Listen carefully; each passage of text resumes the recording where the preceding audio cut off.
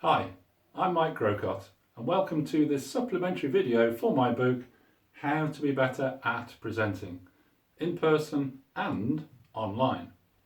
In this short video I'm just going to take you behind the scenes of the two environments that I've got set up here at home.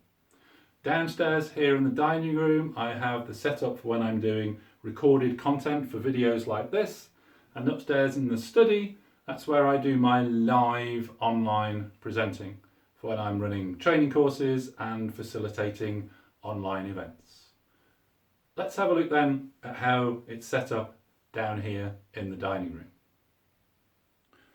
So that's the wall I was standing against a few moments ago. Let's pan back. So on one side I've got a softbox light, and on the other side I've got another softbox light, and there's the tripod on which I had the camera. Also connected to the camera is a microphone, which I do simply by using the headphone jack and an extension cable so it reaches over to where I was standing against the wall. There is one more thing that I'd just like to show you, and that's the view that I get when I'm presenting to the camera. So here I am back at the front of the room again. You can see the tripod on which I'd got the camera before, but you'll also notice in the background I have a whiteboard, and on the whiteboard I have some cues as to what I need to say and the order in which I need to say them, and that just helps me to get things right when I'm doing these presentations. So that's the environment down here in the dining room. Let's head upstairs and have a look at how I've got it set up in the study. I'm now upstairs in the study, and this is the environment that I use when I am delivering my online presentations for things like training courses and when I'm facilitating events. There are a few things that I'd just like to point out in the way that I've got things set up. Probably the first thing you've noticed is the fact that I've got 3 screens. Now this might seem a little bit greedy, but when I'm doing training courses and facilitating networking events, I've got a lot going on the screens, and so therefore I need as much real estate as possible. It's perhaps a little bit excessive, but it works well for the sorts of things that I do. You'll notice that I have got 3 lights facing towards where I'd be sitting.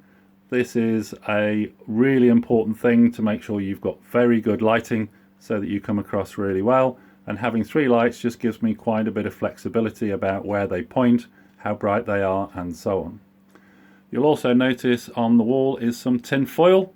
You might wonder what on earth I've got a lot of tin foil on the wall for, but basically that's to help to compensate for this window. This window lets a lot of light in from outside, and so what the tin foil does is it reflects some of that light back, just so I've got a slightly more balanced feel to the lighting in the room. Just going to sit down now into my comfortable office chair to give you an idea of what it looks like when I'm sitting down and presenting, and clearly what will jump out at you now is the camera. There it is on top of my monitor, nicely at eye level.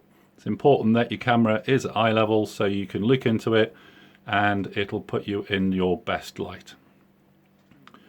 On the desk I've got plenty of room for stuff that I can put on there, like papers and delivery aids and so on, and of course the people who are looking at me from the camera can't see that stuff, and indeed I can put things on the monitor and the wall behind, all of those sort of secret delivery aids that you can use to help you to present and look even more confident when you do. There's just one more final thing to show you, and for that I'll just turn round, because behind me I have my green screen.